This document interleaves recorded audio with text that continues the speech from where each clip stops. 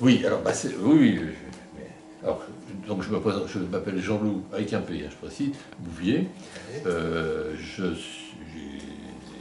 quelques années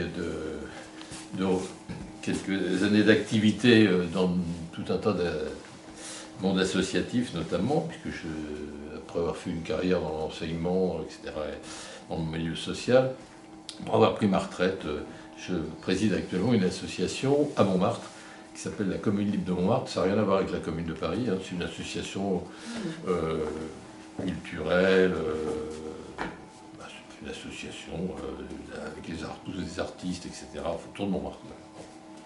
Et il se trouve que, on va reparler avec Julia, je dis, mais dans ma famille, nous avons un glorieux ancêtre qui était à Saint-Brie-le-Vineux. Donc on essaie d'en savoir un petit peu plus, parce que vous dire, dans une famille, quand on a un ministre, c'est quand même exceptionnel. C'est quand même exceptionnel. Et puis en plus, n'importe quel ministre. Même 3 fois. Au moins. Alors c'est vrai que... alors Bienvenue Martin, d'où vient Bienvenue Martin? Alors comment je suis apparenté, parce que ça, on va revenir à Saint-Brie-le-Vineux, ça ne pourra pas en sortir. En fait, je suis apparenté par la grand-mère de ma grand-mère, de mon grand-père, pardon, la grand-mère de mon grand-père. Donc c'est une trisaïeule, voilà, qui s'appelait Pauline Paysan. Elle est née en 1841 à Saint-Brie, et elle était une petite cousine de Jean-Baptiste Bienvenu Martin. Bon, je dis ça parce qu'il s'appelait Martin. Ah d'accord. Et c'est pour ça que je vous ai montré à côté de la sépulture de Jean-Baptiste Bienvenu Martin, il y a la sépulture de ses parents. Et son père s'appelait Jean-Baptiste Martin. Voilà, donc Jean-Baptiste Martin était marchand de tissus, d'étoffes, et il venait de Valloire en Savoie. Donc c'était et il s'est marié à Saint-Brie-le-Vineux avec une dame Félix, Geneviève Félix. Et on a vu, c'est un nom qui est très répandu à... Le maire actuel s'appelle Félix. Ben voilà, c'est un nom qui est très répandu à Saint-Brie depuis, j'allais dire, des temps immémoriaux. Hein. Et qui fait du vin. Et il fait du vin. Oui, ça, ils font tous du vin, de toute façon, à Saint-Brie. Donc, elle est venue travailler à Paris comme vendeuse en boulangerie, et elle s'est mariée avec un garçon boulanger. Et de là, ils ont ouvert... C'était vers 1867, 68, choses comme ça. Donc, ils se sont installés, et puis ils ont fait souche, ils ont eu des enfants, ils ont ouvert une vraie boulangerie à eux, etc. Enfin, bon, voilà. Et alors, les parents de Pauline étaient donc de Saint-Brie. Ils n'étaient pas vignerons, ceux-là. Hein. Non, ils n'étaient pas vignerons. C'était des maréchaux ferrants, c'était des serruriers et des taillandiers. Alors, ça a un rapport quand même avec la vie, puisque le taillandier, c'est celui qui fabrique les outils. Donc, notamment les outils pour toute la culture. Voilà. Alors, lui, donc, je disais, ses parents étaient son père marchand d'étoffes, et sa mère, Geneviève Félix, elle était petite fille de vigneron et de tonnelier. Hein, parce que c'est aussi un métier qui va avec... les deux métiers vont ensemble, même si ce n'est pas les mêmes qui font les deux. Voilà. Et donc, les ancêtres communs que j'ai avec Jean-Baptiste Bienvenu Martin, donc ça remonte au XVIIIe siècle, où il y en a un qui s'appelait Hyacinthe Félix. Il était organiste à l'église, mais pas seulement, il était juge de paix. Donc vous voyez, on est quand même dans une petite moyenne bourgeoisie de chef-lieu de canton. Hein, c'est pas vrai, mais enfin, c'est déjà des gens qui sont un petit peu... et sa femme était la fille du procureur fiscal. Donc c'était lui qui enfin, procureur, on dirait procureur sans fiscal, c'est pas la peine, ça s'appelait comme ça, mais c'était en fait, il intervenait dans la justice quotidienne, justement. Voilà. Alors, comment on a su ça? On a su ça parce que ça se disait dans la famille qu'on avait eu ce ministre, et en plus, ils l'ont connu. Moi, je ne l'ai évidemment pas connu. Et puis c'est un personnage qui disait quelque chose à la génération de mes grands-parents. Après, il a dit quelque chose à des universitaires, mais au-delà, ou à des militants qui, effectivement, y faisaient référence quand on parle de la loi de 1905, il apparaît. Bon. Mais comme il apparaît moins que le petit Père Combe, on parle du petit Père Combe et plus de Bienvenu Martin. Pourtant, Bienvenu Martin, quand même, fait venir le petit Père Combe pour faire un gigantesque meeting à Auxerre. Il a pris la parole lui aussi dans le fameux meeting. Tout à fait, tout à fait. Au début de l'année, en janvier. Oui, il y a une très belle photo, enfin plusieurs photos. Plusieurs, mais là, dans la mairie d'aujourd'hui, ah oui, il y a toujours ce gros tableau. En septembre 1904. Mais là, en 1900, c'est ça. C'était l'inauguration du marché, septembre 1904. Ouais, en janvier. Vous battez pas. Alors, donc, dans la famille, il y avait, donc, c'est comme dans le jeu de cette famille, il y avait le ministre, donc le ministre, l'ancien ministre, puisqu'il était ancien ministre, et donc, comme il était dans la famille, ma grand-mère n'a rien trouvé de mieux que d'aller le solliciter pour avoir un coup de pouce pour faire entrer sa fille dans une école primaire supérieure, correspondait à peu près au niveau lycée, mais enseignement court. Il les a reçus, très poliment. C'est un vieux monsieur, déjà il devait avoir pas loin de 89 ou 90 ans quand il les a reçus. Très poli, c'est quand même la famille. Hein. En fait, il les a un peu envoyés au plot en leur expliquant qu'il n'y avait rien de mieux que de s'occuper soi-même, qu'il fallait qu'elle passe les concours, qu'elle réussirait, qu'elle était une brave petite, etc. Donc ils sont partis un peu déçus, mais quand même très honorés d'avoir été reçus par ce personnage qui à l'époque... avait quand même une certaine aura, c'est grave, c'est pas n'importe qui.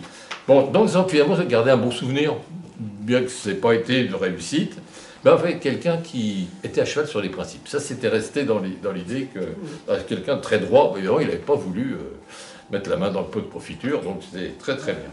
Alors, il se trouve que moi, j'ai fait des études d'histoire, et que, Bienvenu Martin, comme j'étais spécialisé en histoire contemporaine, et dans l'histoire politique contemporaine, et plutôt sur la partie début 20e.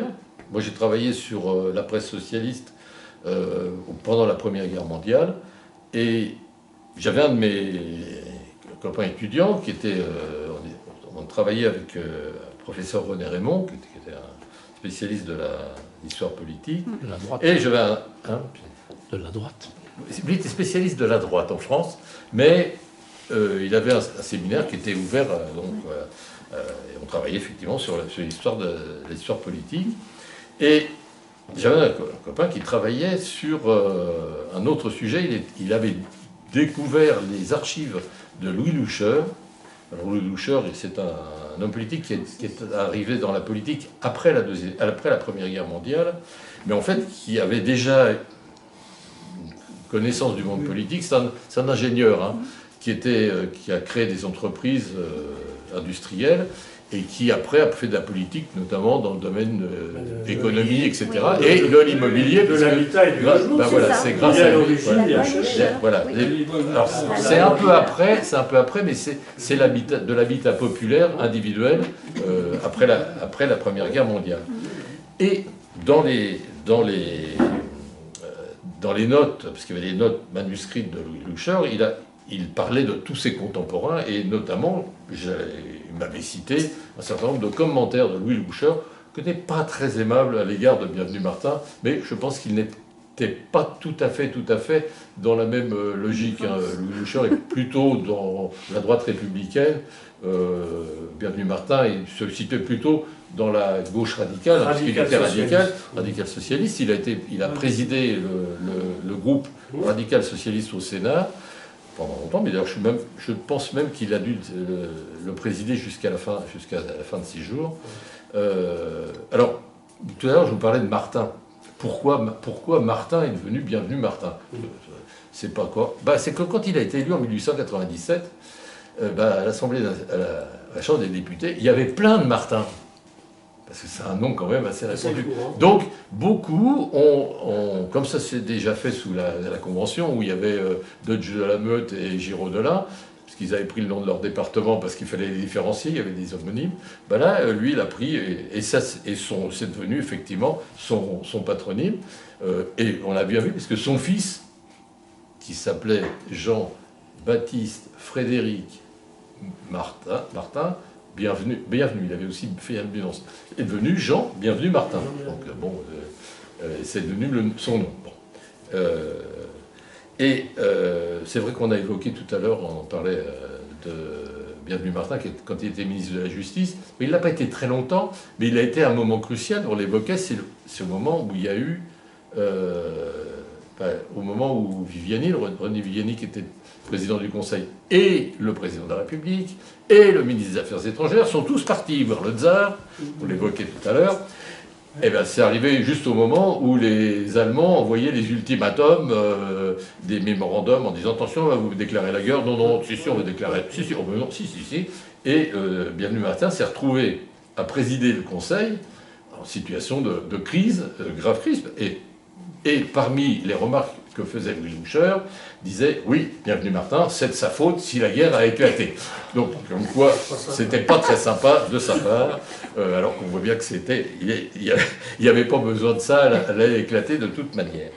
Et puis, moi j'ai trouvé trace de Bienvenu Martin parce que un jour, je trouve que dans mes relations, j'ai des dames qui ont participé à des combats très féministes qui, notamment, entretiennent une grande admiration pour Louise Weiss. Louise Weiss, c'est une grande européenne, etc., mais qui était un peu dans le monde des suffragettes avant la Deuxième Guerre mondiale. Et Louise Weiss raconte dans un de ses livres de souvenirs qu'elle avait rencontré un sénateur radical, monsieur avec une barbe, en fait ils avaient tous une barbe à l'époque, donc ça mais j'ai quand même un doute, je pense bien qu'il s'agissait de Bienvenu Martin, d'autant que dans un journal de militante pour le vote des femmes, il est fait allusion à Bienvenu Martin, je l'ai retrouvé il n'y a pas très longtemps, et dans lequel Bienvenu Martin dit oui, c'est pas gagné, hein, c'est pas gagné parce que bon, l'Assemblée nationale, c'est gagné, c'est bon, ça passe, mais au Sénat, ça passera pas. Et je pense que Bienvenu Martin était quand même sur une position qui était une position traditionnelle des radicaux, qui était sur celle de Jules Ferry, il y avait quand même une prévention, notamment à cause de l'influence de l'Église, et qu'ils avaient toujours peur que ce soit la droite cléricale qui influence le vote des femmes. Bon, on a bien vu qu'après la guerre, ça n'a pas été tout à fait ce qui s'est passé. Mais je pense que Bienvenu Martin était aussi, avec ses opinions, par exemple, il a clairement pris position contre le Front populaire, par exemple. Mais ça n'empêchait pas aussi d'avoir une vision politique qui était une vision politique sociale, mais je pense que c'était plus la coalition qui lui a posé problème, les communistes. Les communistes. Voilà, c'était ça, il était là-dessus. Et puis il faut dire aussi que comme artisan de la loi de séparation, et comme pilier du système politique, je vais dire héros du radicalisme, parce qu'il a fait partie des premiers qui ont créé le parti aussi, hein, donc qui s'est créé un petit peu avant la loi de 1905 d'ailleurs. 1901. Ben voilà. Donc, et forcément, Bienvenu Martin se trouve sous le feu de l'extrême droite antisémite, cléricale, antimaçonnique, etc. Et puis il va faire l'objet de caricatures. Souvent, il est caricaturé, alors avec le petit père Combe, les autres, etc. Bon, ils sont faciles à caricaturer, hein, ils ont des visages, des bottes bouilles, etc. Et notamment, il y avait alors moi j'ai un souvenir personnel, parce que j'ai utilisé une caricature dans une carte de vœux que j'avais fait il y a une quinzaine d'années. C'était un dessin qui était paru dans un journal qui s'appelait Le Rire, et on voyait comme deux siamois, un curé qui avait une mine un peu effrayée, et puis de l'autre côté, la République, qui était une dame Bien en chair. Ouais, très en chair, avec une poitrine très opulente, voire même un petit peu découverte d'ailleurs, très souriante, et que arrivait derrière un monsieur habillé en boucher, donc c'était notre Bienvenu Martin, avec un grand couteau qui allait faire la séparation. Alors, il y a d'autres, c'est extraordinaire parce que c'est très, très vivant, etc. Et il y a à peu près la même qui reprend. Alors, maintenant ça ne signifie plus rien, mais il y a eu 2 sœurs siamoises qui ont été séparées réellement par les chirurgiens dans les années 1902-1903. Et on voit les 2 sœurs siamoises séparées et Bienvenu Martin au milieu avec une scie. Donc, habillé en chirurgien, là, cette fois-ci, il n'est pas habillé en boucher. Bon, comme quoi, on peut... alors, aussi, vous parliez que Bienvenu Martin avait disparu des souvenirs de la ville. Eh bien, à Paris, il y a encore... Bienvenu Martin existe. Parce qu'il se trouve que Bienvenu Martin était ministre des Beaux-Arts au moment où on a inauguré la statue de Musset, d'Alfred.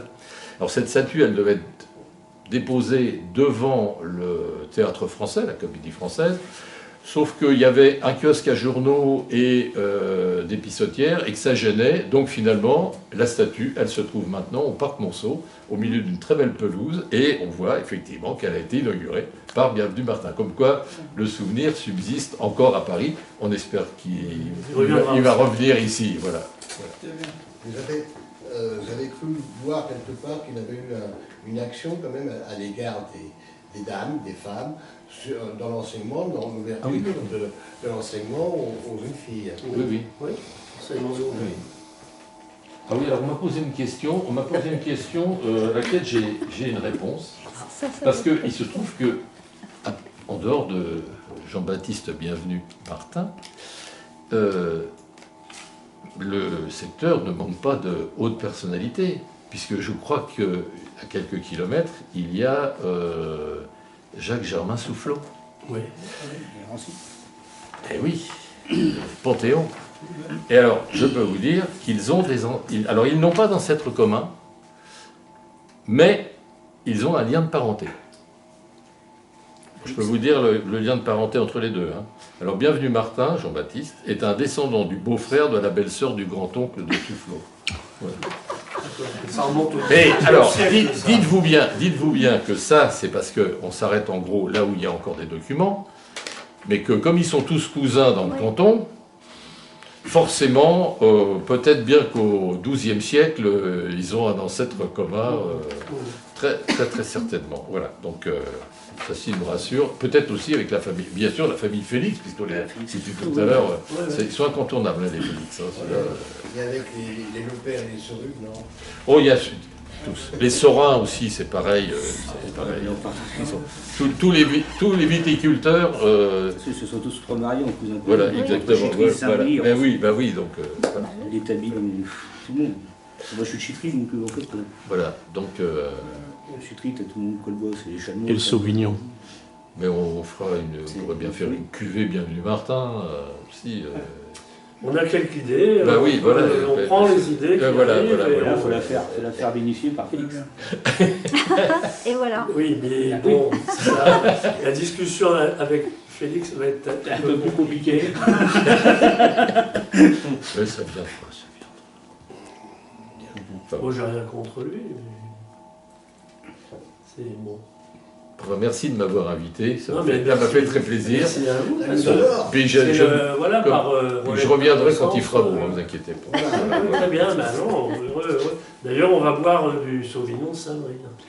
Et alors, Jean-Loup, le Sauvignon, il est arrivé jusqu'à Paris. Absolument. Rares sont les citoyens français qui connaissent le Sauvignon de Saint-Brie. Ah, absolument, Et alors comment... C'est un produit d'exportation qui arrive jusque dans les meilleures caves, oui. Alors le lien entre Bouvier et le Sauvignon de Saint-Brie.